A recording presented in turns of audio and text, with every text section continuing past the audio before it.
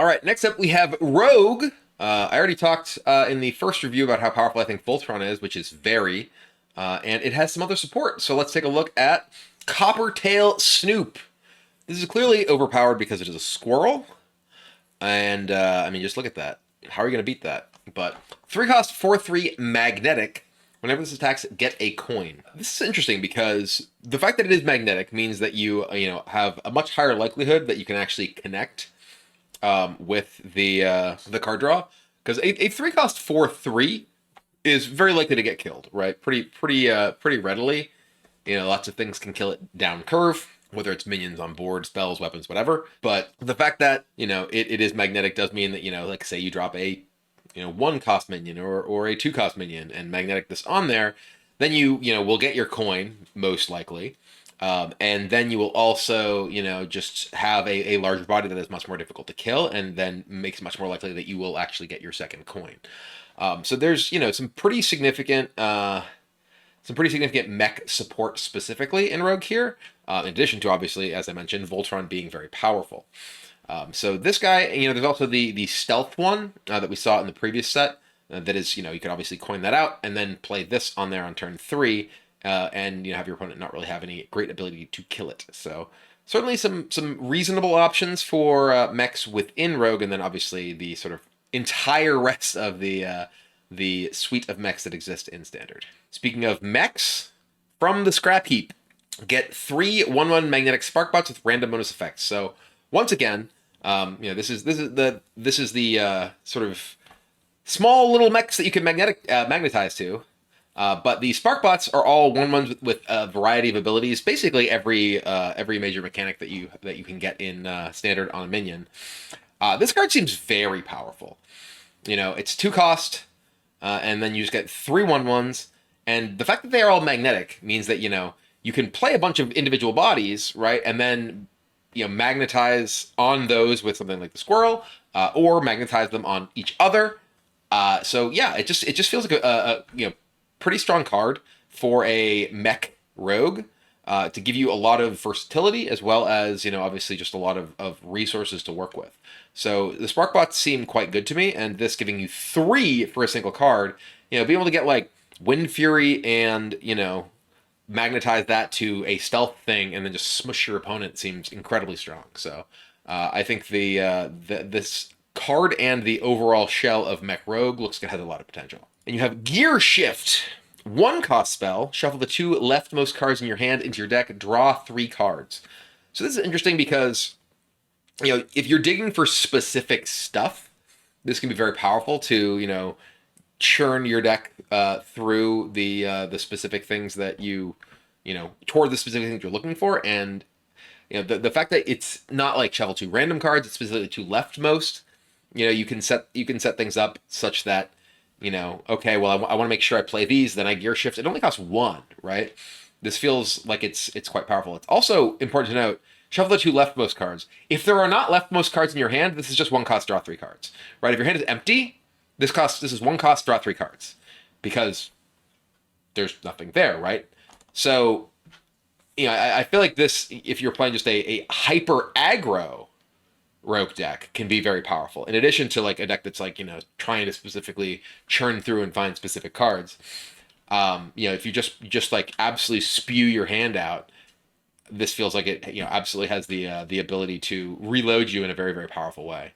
So I think this card is quite strong, and I do expect it to see quite a bit of play. Next up we have Kajamite Creation, a 2-cost 3/2 battlecry. Discover a spell from another class that costs 3 or less. This card is kind of meh in my mind. I think that most of what you're looking for when you're playing like the like jackpot style decks these days are big stuff because of jackpot. You have like jackpot trickster. So like if you're looking to get stuff from other classes, you want it to be high impact, right? So discovering a cheap spell from another class seems much less compelling to me. That said, like, it's, if you are playing a deck that's like looking for, like enablers for, say, stuff like, I don't know, Double Agent. Is Double Agent even legal anymore? I don't think it is. But if you're playing like, say, like Ransack, right? Like you're playing a deck that cares specifically about like having cards from other classes in your hand, or casting spells from other classes. This is a reasonable support option for them, right? I don't think that it's necessarily something that has enough justification to currently play it, but it is certainly something that has potential in the future if that becomes more of a supported archetype. Next up, we have Lab Constructor, a 4-cost 3/2 mech with Forge, gain Magnetic. At the end of your turn, summon a copy of this. So this is pretty clearly a card that you really want to forge, because you can forge this and then connect it, magnetic it to something, say a stealth minion, and just load it up. Let's go. So yeah, I think this card is like an interesting one, right? This is not like a, hey, you play this in every Mech Rogue deck. Because I feel like a lot of what the Mech Rogue style deck feels like it wants is that it wants to like be like very high tempo, very like aggressive, magnetizing, getting a lot of attacks off early. And this is like, hey, I want to like create a stealth guy, connect this to it, and just continuously make copies of my stealth guy, and then nuke you in one turn. You could magnetize this and then make a copy of Voltron, right, of your Titan. If you get to like a long game. But again, I feel like so much of both the tools that Mech Rogue has and just generally the tools that Rogue as a class historically has don't really lend itself to playing that kind of game. I think you're much more likely to want to like be aggressive and not necessarily play a card like this. But even just like, let's just say like in a vacuum, right? You forge this on 2. On turn 3, you play the stealth guy, right? There's just the 3/4 magnetic stealth guy. On turn 4, you just magnetize this to that. So then you're just making a 6/6 stealth copy, and then next turn you get 2 more, and the next turn you just have a full board of 6/6 stealths, and you just kill your opponent. Or is it stealth for 1 turn? I think it is stealth for 1 turn. So I don't think you actually can just keep getting more stealth guys. But either way, you can just like, be guaranteed you can at least get the 2 6/6s, and then the future ones won't have stealth. But you are like, kind of setting up for something powerful at least. And you can just keep magnetizing more things to the copies, which will then make additional copies of them because, well, that's the ability that they have too. So anyway, I think this is a cool card. I don't think this is necessarily like a card that's going to see a lot of competitive play, but if it does, it's going to be kind of in the way I just described. Next up, we have Pit Stop. 2 cost, discover a mech, give it +2 from your deck, give it +2/+1. So this is, another thing that maybe goes into this kind of like combo-ish thing. You're just like looking to use this with the stealth guy, with the copy guy, maybe just like, find your Voltron, right? Like because this is discover a mech from your deck, this can go into a deck that doesn't have that many mechs, right? This isn't necessarily a card that goes into Mech Rogue, right? This is a card that goes into a deck that wants specific mechs. Being able to tutor up your, say, Ziliax, right? Being able to tutor up your 1 Amalgam Band, right? Like in like a Menagerie Rogue style deck. This if you just have like say 3 mechs in your deck, this is get the one you want, right? And that's quite strong, right? Obviously, it's like not super high tempo because you're spending 2 and not immediately impacting the board, but you're at least giving +2/+1 to the thing. And if the thing you're getting is say Ziliax or say Voltron, you are getting like some powerful options to ensure that you're getting that tempo back in the future. So I don't necessarily think this is like a card again that goes into a like I have a ton of mechs in my deck Rogue deck. It feels much more like it's I'm searching for a specific thing, and this is just giving me a little bit of an extra bonus to it. Next we have Tar Slick. 1 cost spell. Minions take double damage this turn. Deal 1 damage. So this is kind of like we've seen like Enchanter, right, in a lot of builds of Demon Hunter. This is like Enchanter tacked to a spell. It, of course, also hits your things. It's not just opponent's minions. It is your minions as well. I mean, this like maybe this is a tool that you play with like AoE in like a more a controlling spell rogue deck. I don't know. This feels like it doesn't really work in that many things. Like maybe you play this with like Beatboxer to like do like 2 to a minion and clear stuff. It is by itself 2 damage, right? Because it does double the damage that the minions are taking. But like you have to be comboing. Maybe you combo this with like Fan of Knives. Is this better than spell damage though? It just feels like a weird card to actually put into a deck. It feels like maybe this is a card that's powerful if you discover it, but I just don't know what deck is like. What I really want to do as a rogue is like increase the damage my opponent's minions take. That doesn't really feel like it's getting you much of anywhere. I just don't really envision a like deck where this fits by itself it can certainly be something, like I said, that maybe you get this off of like a school teacher and it's powerful. Maybe it get you like discover it off of like a vizier and it comes up and it's good or whatever. But it doesn't really feel like a card that is likely to show up in the actual main deck of something. And our last card, which is actually 1,000,000 cards, because now I have to go and get every single one of these things. This is basically today's spare parts. For those of you who have been around since Goblins versus Gnomes, you may remember spare parts were these various things you could get off a variety of different effects that were one-cost spells that did a number of kind of small-scale things. Well, this is them now. And there's 6 of them. These are the first 3. So, Mimiron the Mastermind. 3-cost 2/5 mech. After you play a mech, get a random one of Mimiron's gadgets. So, this I think is, by itself, like a 2/5 for 3 is not easy for a lot of decks to kill, right? This is like Hawkstrider Rancher stats, and a big part of why Hawkstrider Rancher is so powerful is because it's very likely to get another turn in play, and Mimiron the Mastermind is no different. This is a card that I think wants to go into the actual Mech Rogue deck, where you play a ton of mechs, and maybe you're shadow stepping cheap ones and things like that, and you're kind of going nuts with this guy.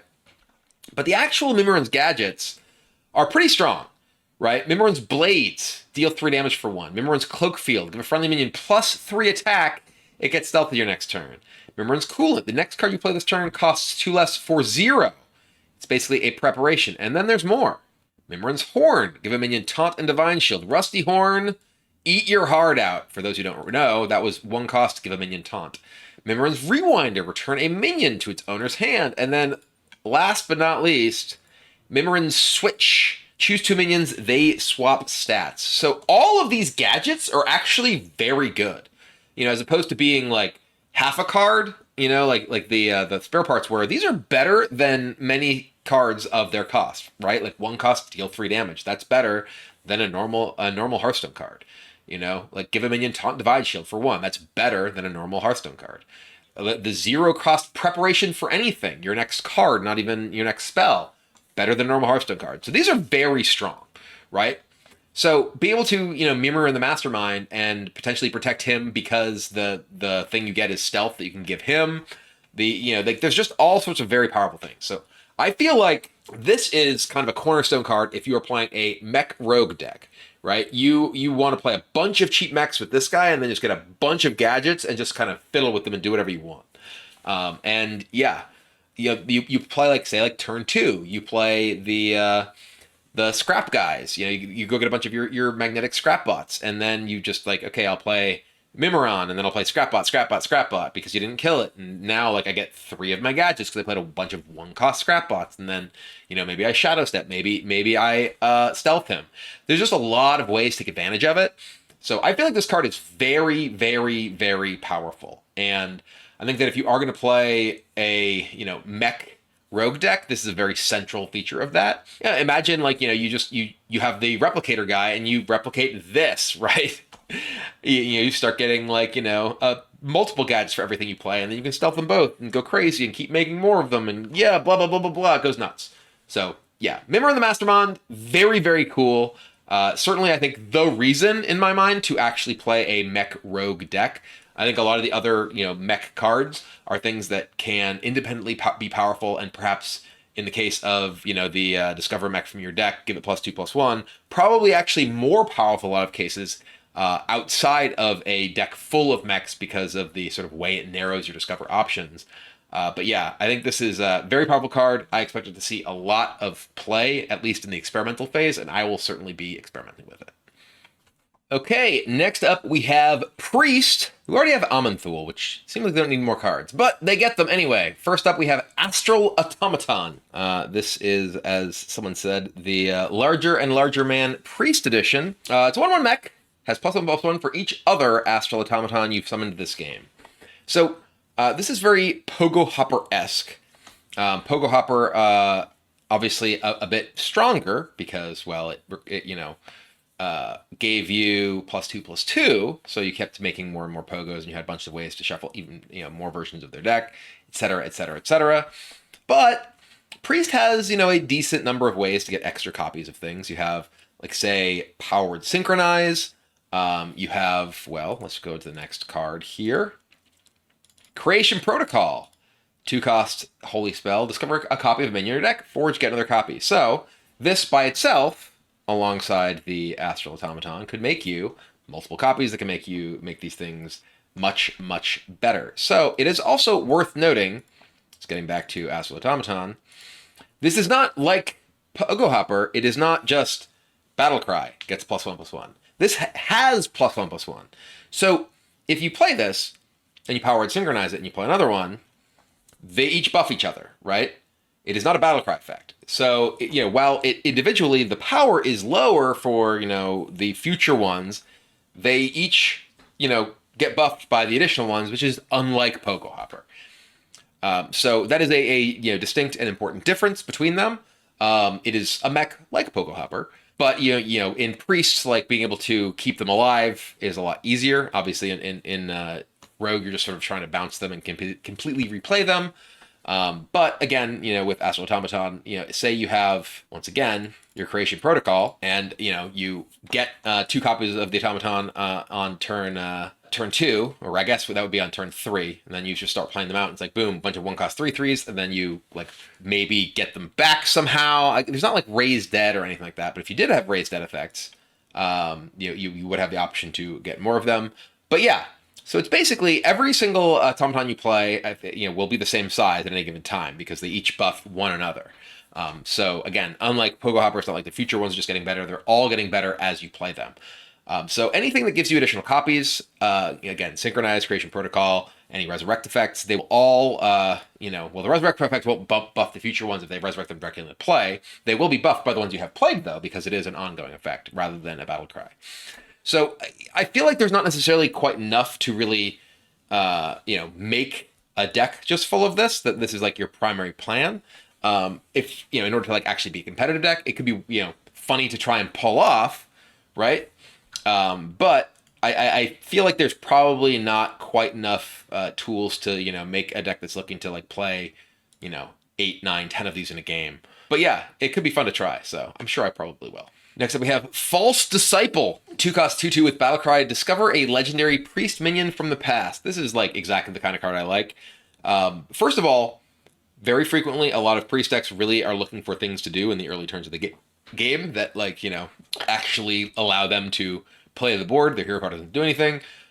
So a 2-cost 2/2 with Battlecry, get something. Great, right? Like, this is a value tool you can play on turn 2 that then allows you to use your Cathedral on turn 3. Very good. So also discovering legendary priest minion from the past certainly can give you some fun options to see what sort of weird stuff that you can do this game.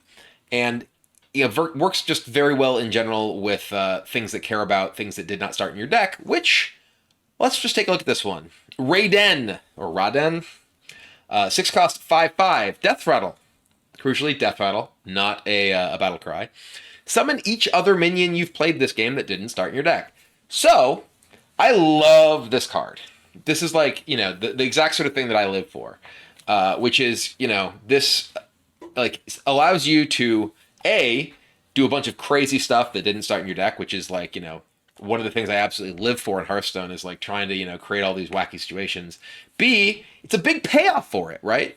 And, specifically, like, this being on a Death Rattle is interesting because, A, it means that you can't just, like, immediately get the effect unless you combo it with, say, Light It Burns, which is very easy, right? If you're playing a deck that is built to, do a bunch of this stuff. So you have the option to try and set this up yourself and get everything. But it also can be a way to, hey, I play this, and try and, like, force you to use your AoE, or if you kill it, then you're punished if you don't have AoE, things like that. So I love it. Obviously works very well with the card we were just discussing, the False Disciple, and, works very well and informs your decisions on things like identity theft, right? If you identity theft your opponent's stuff, it's like, okay, well, if I have Raiden in my deck, then I specifically want to try to identity theft big minions, especially big minions that are not Battlecry based, right? So, it I think is just a super, super fun style of card that, is just great. I love it. This is probably the priest card that I'm most excited about. It works very well with Aman'Thul, since Aman'Thul discovers legendary minions whenever he uses abilities. So, combos with Raiden. It works with synchronized things. It works with, basically any cool thing that gives you, something from outside the game. So as long as it's a minion. And yeah, I love that card. I'm super excited for it, and I'm sure I will play that card a lot. Next up, we have Grace of the High Father. So this is a 3-cost holy spell. Restore 8 health. Discover a card that costs the amount overhealed. This is an interesting card, right? Because restoring 8 is a lot of health, right? 8 is a lot for 3. And the discover a card that costs the amount overhealed, that is a weird one, because like for a lot of the cards that care about overheal, right? Like they are basically pure upside when you overheal for more on, like, say, Heartthrob, right? Heartthrob is like, great, I want to overheal for a lot, and that'll give me, a big immediate payoff. This, it's like if I overheal something for, let's say, 8, getting a card that costs 8 is clearly like going to be a powerful card because, well, it costs 8. But also, it costs 8. You have to wait until you have 8 mana to be able to do it. So this is a card that, like, it feels very interesting, right? Like you've got a lot of weird stuff going on here. As far as like, okay, what am I actually looking for versus like, I just want it to be the biggest amount. So I don't know that this is like a card that really is likely to see all that much play, in part for that reason, right? It feels like the overheal style decks that I have played mostly care about like overheal tempo, and being able to overheal for the cheapest amount or for big amounts that allow you to like immediately get an impact on the board. Whereas this is like, this just doesn't really feel like it's doing enough. Like, yes, 8 is a lot of healing, but like, when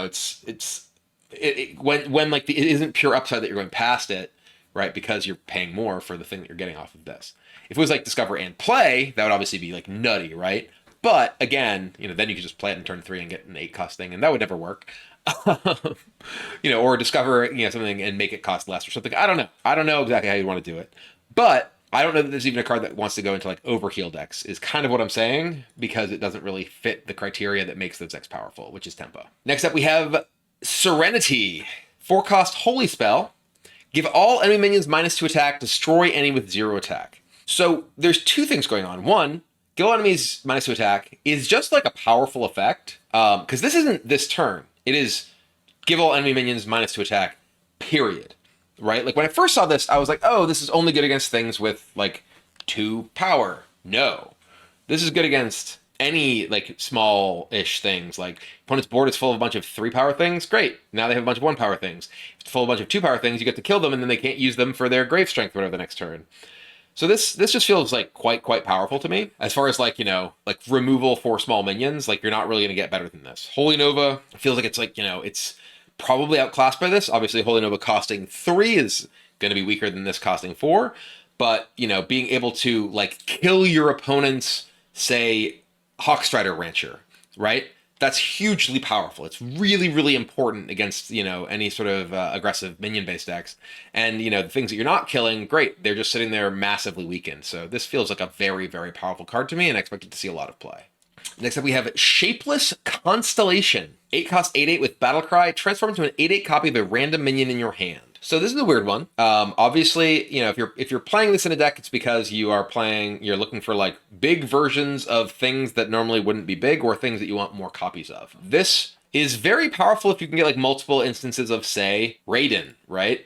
Like, let's say you're playing a Raiden deck, and you're like, all right, well, don't want to be limited to just having this. I'm going to play Shapeless Constellation, so I'm going to play all the stuff that I've discovered, and this is just the last minion in my hand, and boom! We got a second Raiden. That's cool, right? 8/8 copies of like, big death rattles, 8/8 copies of Colossals. There's a lot of potentially powerful things to hit with this. It is, of course, expensive, right? Like, it is an 8-cost 8/8.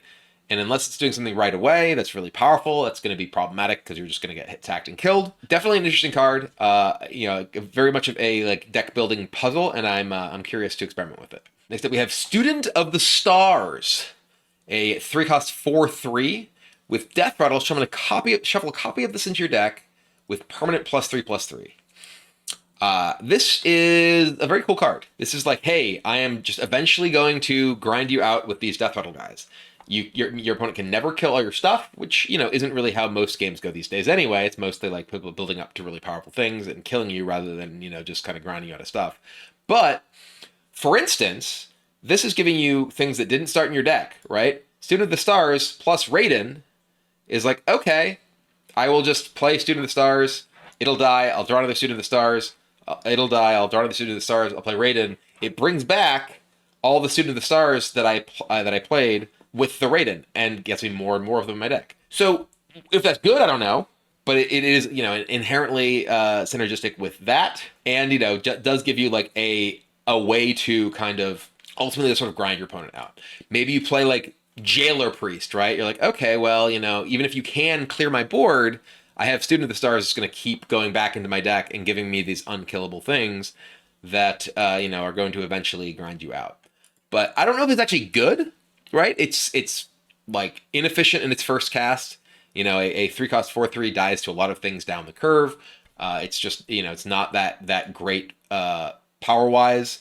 But it does give you this sort of like incremental, like, hey, it's getting bigger, it's getting bigger, it's getting bigger. And, maybe that's an interesting way to win the game with a control deck. So overall, like I said, not sure that it's actually good, but it's certainly interesting. And our final priest card to discuss is the Stars Align. 3-cost arcane spell, which is very interesting for priest.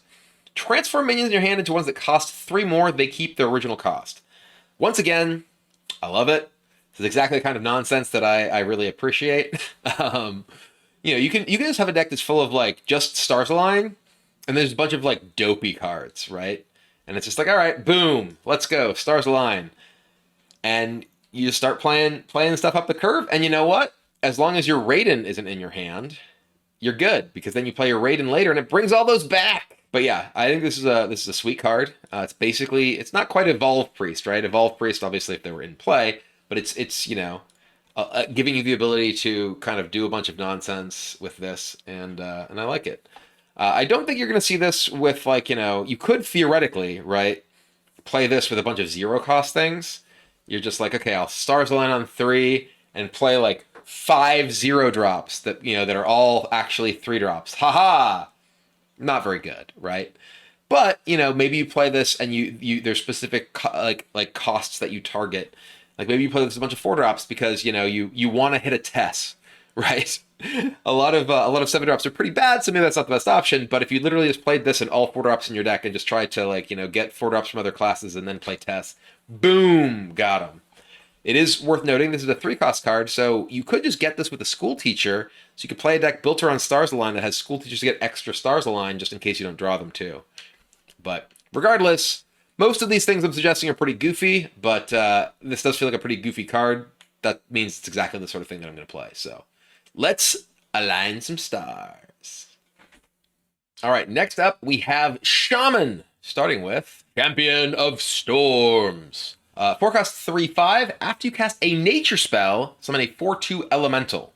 Forge with Rush. Shaman is interesting in the sense that a lot of control/mid-range Shaman decks will frequently not necessarily have that much that's that powerful to do with their early turns, which does make the ability to forge things more appealing.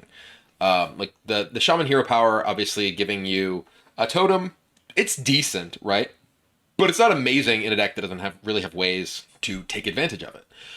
And the ability to spend your 2 mana on turn 2 to forge this, and suddenly, okay, well now we have a 3/5 that generates 4/2 rush elementals for every nature spell. That's very strong. And there are some very interesting tools in this set for like kind of nature combos. And let's just start there. Next up we have Flash of Lightning, 2-cost nature spell. Draw a card. Next turn, your nature spells cost 1 less. So just imagine this alongside this. Your Champion of Storms suddenly is very, very easy to use because you have a bunch of cheap nature spells, thanks to the discount from the Flash of Lightning, allowing you to chain out a bunch of 4/2 elementals. So certainly a powerful combination, and there's more to combo with, like Crash of Thunder, very clearly intended as a follow-up to the lightning. First comes the lightning, then the thunder. Even though it feels weird that the Thunder is the one doing the damage here. 5-cost spell, deal 3 damage to all enemies. Cost 1 less for each nature spell you've cast this turn. So, you play your Flash of Lightning, you draw a card, you discount your nature spells, and then you have your Crash of Thunder, which probably costs 4 to start, and maybe you play a couple of other spells, and then, those were discounted, so it's very easy to just blow up your opponent's board with this Crash of Thunder. Worth noting, this is 3 damage to all enemies, not 3 damage to opposing minions, so, this combines very well with spell damage, this combines very well just with, trying to burn your opponent out with a bunch of lightning bolts, which are also the nature spells that you can be discounting this with as well. So, obviously, these are a very powerful package, the champion, the crash, the flash, and there are certainly also other tools like this one, lightning reflexes. 1 cost, discover a nature spell. If you play it this turn, discover another. So this is kind of like the Moonlit Guidance, though it is obviously discovering things rather than discovering cards from your deck and discovering things from outside the game. But also, very, very clearly works very, very powerfully with the champion, gets both these things discounted, ta-da, with the Flash of Lightning. So very easy to chain these together alongside the Crash of Thunder and just get, various incremental advantages as well as nuking your opponent's board and making a bunch of elementals. So I certainly, certainly like the fact that this is leaning into the sort of nature spell and having the ability to have something that's more than like hey we're just like evolving or overloading, or now it's like hey this is actually nature stuff, actually make the spell type matter, and it feels like it really matters with these. Speaking of overload stuff though, next up we have Disciple of Golganoth. Either way, 2 cost, 2/3. At the end of your turn, reduce the cost of a random overload card in your hand by 1. So crucially, this is not just like a battlecry effect. This is a end of your turn, keep doing it. So, bare minimum, this is getting you a 1 mana discount after you play it. But potentially, if your opponent doesn't, remove it, can get you 2 or 3 or even more discounts from this effect. So, this as a proactive thing to do on 2 in an overload deck feels very good. Force your opponent to react to it, which very often, like the early turns with an overload deck, you're mostly just kind of setting up, particularly with the weapon versions that you tend to see these days. One issue is that this, obviously, as a cheap minion, doesn't fit into the way a lot of those decks are currently built, as like looking to use the weapon to discount big spells like From the Other Side and using like Prescience or whatever. So you're going to have to look at very different ways to build overload decks, but this isn't the only reason that you're going to be reconsidering the ways you build your decks, because of this guy. Thorim Stormlord. 3 cost, 3/4, so it doesn't really go with Prescience, but Battlecry, unlock your overloaded mana crystals, draw that many cards. So if you're looking for incentive to, overload, and you're looking for, things that reward you, this is real powerful. This is real scary, right? Like, Battlecry, unlock your overloaded mana crystals. It's already kind of powerful, right? Like, that's, we've seen that on a card. It's not, like, amazing. But be able to unlock your overloaded mana crystals in, a strategy that is built around overload can be quite strong, because otherwise you can sort of end up sitting there with, the absolute inability to do something for multiple turns. But a combination of, hey, I'm going to overload all my stuff, and also I'm rather going to unlock all my overloaded stuff, and also draw a bunch of cards, that's wild. You get like multiply paid off for just having a turn where you just kind of go nuts and spend all your mana and all your cards overloading. Boom. Now suddenly I'm going to draw everything else. I will note, this art looks like a Transformer, right? Like that looks less like a Titan or whatever, Titan Servant, and more like Optimus Prime to me. But, I imagine that a big rig trailer probably is pretty overloaded. What is the sort of the thing that the Transformers use, the power cube or whatever the hell it is? I don't know. That's clearly what he's drawing all the power from to unlock your overloaded mana crystals. I haven't seen the movies, so I don't know. That's what it is, the Allspark. Thorim Allspark. All right, next up we have Tempest Hammer, a 4-cost 1/3 weapon. After your hero attacks, deal 3 damage to the lowest health enemy. This is kind of meh in my mind. This is a powerful, like, tool to hit your opponent if you're killing all their stuff on the board, right? You're effectively getting, a 4/3 weapon for 4 if you're killing your opponent's minions and then swinging this. So that feels like maybe it's like this kind of the strongest place for this. But overall, like, this feels like a pretty difficult weapon to use. 4 costs for a weapon with 1 attack. If your opponent has like a big board of stuff, it's like, okay, I'm going to try and attack into like a 1 health thing and deal through to a 2 health thing for 4 mana. It just doesn't feel amazing to me. Like, I feel like this is just kind of a tough sell. Also, there's just competing weapons like in most versions of Shaman that you want to play. There's the totem making weapon at 2 or the overload weapon at 3, both of which like feel like they are fairly core to what their respective decks want to do. Whereas this is like, what's this doing? Right? Like, where does this go? It just kind of doesn't feel like it has much of a home to me because it is very conditional on what's going on the board. Next up, we have Thoringnir Drake. This is a 7 cost, 6/6 rush. Whenever this attacks, summon 2 3/1 whelps to attack the target first. This is a very interesting card, right? Like this attacking into anything with less than 6 health just kills it, right? This is kind of like a mini Neptulon in that way, right? You play it, you attack into, a small thing or a medium-sized thing, it just dies and this takes no damage back. And then, this attacking face, if it survives a turn, and it's reasonably likely to because it's not taking any damage back when it attacks, just does 12 to your opponent's face and leaves extra bodies. So this card feels pretty powerful. I don't know that it necessarily feels like it fits any particular deck, but like this is a powerful thing to like potentially evolve. This is a powerful thing to get off like a Masked Reveler, right? It doesn't necessarily like maybe that's where it goes, right? Maybe this is something that like you play in like your evolve deck. You get extra bodies, you get to attack with it and then evolve it, and it evolves like from a 7 into an 8, and that's powerful.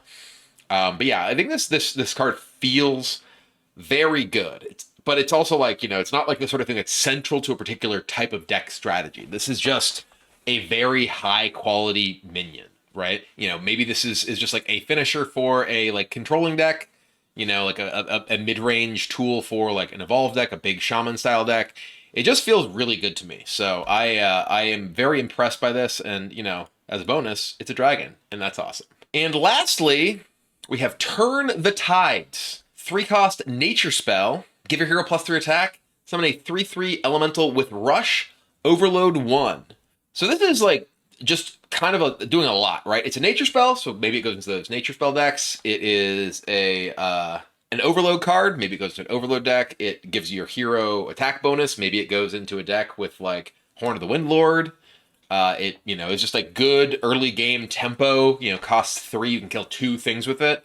Just feels like just like a pretty solid glue card for a bunch of different strategies, right? Like this doesn't feel to me like something which is like, hey, this is like the central card of any particular thing, but it kind of has a lot of tools that allows it to really go into a bunch of different shells. And for that reason, I think this is a card that actually will probably see a pretty significant amount of play. All right, well, that is Shaman. That is our final Shaman card. We talked about the Titan last time. So that is a lot of cool stuff. I really enjoy the entire sort of shell of the nature synergy stuff from Flash of Lightning, Crash of Thunder, and the Champion of Storms.